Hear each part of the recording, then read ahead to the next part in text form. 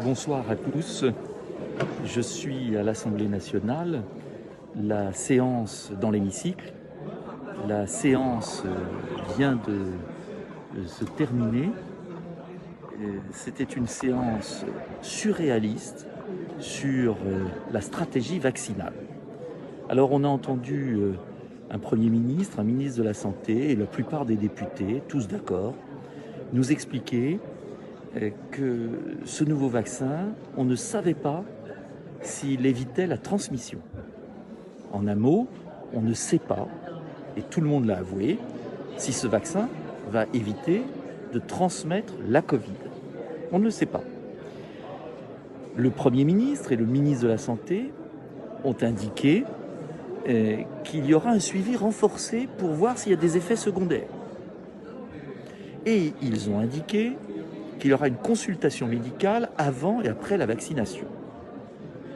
Donc si j'ai bien compris, on ne sait pas si ce vaccin sera utile, on ne sait pas si ce vaccin sera sûr, mais le gouvernement, avec le soutien de la plupart des groupes de l'Assemblée nationale, a décidé de vacciner dans un premier temps, avant l'été, 14 millions de Français, les plus âgés. Le Premier ministre a d'ailleurs indiqué, je reprends mon papier, j'ai noté, que l'Union européenne avait commandé 1,3 milliard de doses à 9 € la dose, c'est-à-dire plus de 10 milliards d'euros. Ce qui est surréaliste dans l'affaire, c'est que il y a plusieurs types de vaccins, dont 4 de nouvelles formules. Le vaccin ARN et adénovirus n'ont jamais été testés sur l'homme. On ne sait rien. Il y a eu des communiqués de presse et une vague étude scientifique.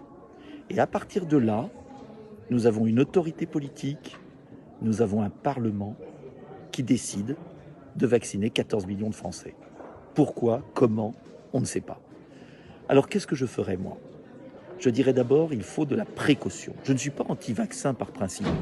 Je dis juste qu'il faut plus de recul. Qu'on ne peut pas vacciner si on n'a pas le recul nécessaire. Et je remarque d'ailleurs que les vaccins anciennes formules ne sont pas prêts.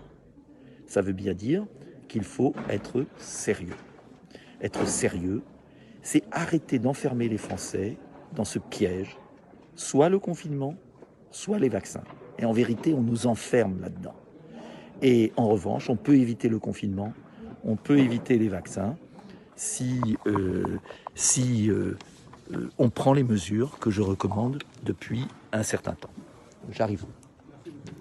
Et l'hémicycle ferme, donc je vais descendre. Si on prend les mesures que je propose. En un mot, et nous en reparlerons, ne cédons pas à cette folie.